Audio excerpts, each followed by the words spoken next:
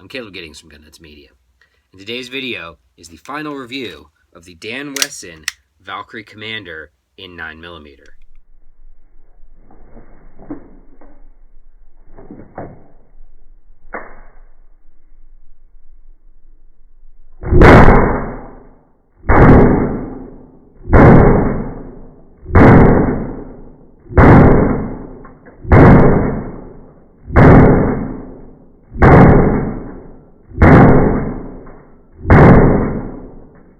We've been testing this gun for several months now.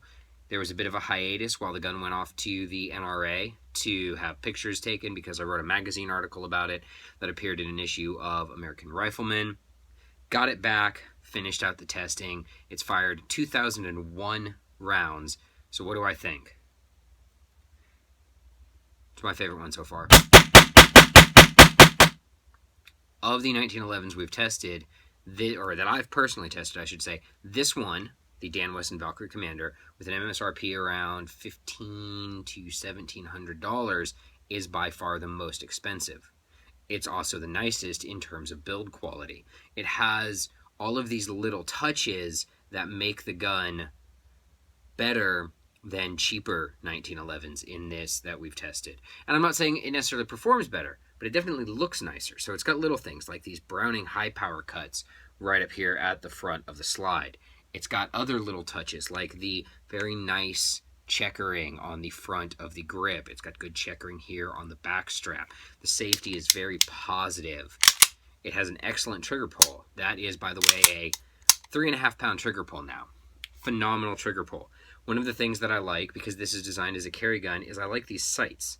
One, they're night sights. It's nice for a carry gun to ship with night sights. Two, they're straight 8 style sights. So instead of the usual 3 dots, which I really don't enjoy, these, you stack up the 2 dots and then you put the front dot over where you want the bullet to go. Pew, problem solved, problem stand solved. And they also have this nice ledge. While I'm not like a big super duper operator person, if you want to do one-handed manipulations and, rack these off a belt loop or something like that, or your, shoe or whatever, you can. It's a lot easier with this ledge on the rear sight. So, right off the bat, the gun's well put together. It's well built. It's got nice touches on it. The stocks are nice. The trigger's nice. Everything about it is generally pretty nice. But a high price tag and a nice gun don't necessarily mean it's a good shooting gun. Luckily, in this case, it does. Oh, had you gone there for a minute, didn't I? In all seriousness, we're going to review the test criteria now. So remember, the guns lose every gun we test starts with 100 points. Guns lose points for failures to complete the cycle of operation. That can be a failure to feed, failure to extract, failure to do whatever. It'll lose 1 point for that. Guns lose 5 points for minor issues that can be corrected by a competent armorer. Okay. Guns lose, I haven't set it to lose 10 points. It's been a while since I've reviewed the scoring system. Guns will lose 10 points if they fail the 10-8 performance function test. And lastly, guns will lose 50 points if they experience a major parts breakage before the 2,000 round cycle has been completed. So, cut to the chase, I should say. What did this gun score? 99. 99 out of 100. And the only reason it's only a 99 as opposed to a perfect score is there was a little bobble. That's what 1911 guys call it, apparently. There was a bobble with 1 round of ammunition. It failed I had a double feed. It was on a video that we posted a while ago, and that was it. 1 error in 2001 rounds. That's pretty good. People noted that I had issues with some magazines dropping free, and I've dinged guns for that in the past. I didn't this time because the gun that I dinged for having issues with mags dropping free, it happened to all mags across the board. It would have sticky issues with Wilson's. It would have sticky issues with Dawson. It would have sticky issues with factory mags. It would do it with all kind of different mags, so I dinged it. This gun does not have that problem. It will only not drop free 1 brand of magazines, so I don't use those magazines for anything serious. For serious work, I use Wilson ETM mags.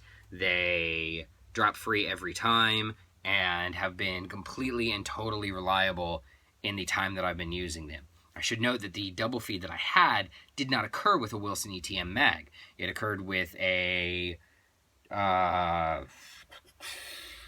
different brand of mag. It's sitting on the ground, but I can't read the label on it. So anyway, one failure of any type in 2,000 rounds. I've already kind of gone over the things that I like about this gun, but I'll hit them again.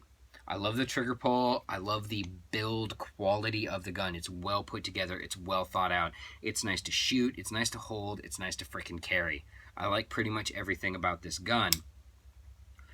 It's very accurate. In our accuracy testing, it would produce sub 2-inch groups at 25 yards when shooting the excellent Cap Arms Duty Carry ammo, which uses a Hornady XTP, one of the most accurate bullets ever.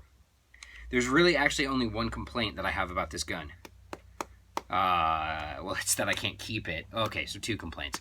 I have 2 complaints about this gun.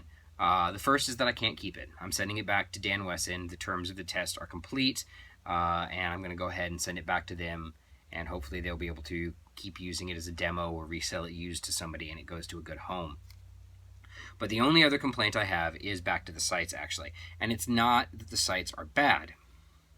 It's that they're regulated for like a 230 grain 45 bullet and not a 9mm bullet. So to get this gun to put rounds on target, you kind of have to use a little bit of Kentucky windage and hold low or bury the front sight post a little bit in the notch to get accurate hits.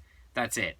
That's the only complaint I have about the gun, is the sights. It's been accurate, it's been reliable, it's fun to shoot, it's light, it's great to carry, and again, 99 out of 100. So if you're asking for my opinion on Dan Wesson 1911s based on this sample of 1, again, sample of 1, but I've had a lot of questions about the Dan Wesson 1911s. People are like, Caleb, are they any good? I would say based on the 9mm Valkyrie Commander, absolutely. Dan Wesson 1911s, good to go. If you've got any questions, please leave them in the comments down below. I'm Caleb Giddings. Thanks for watching.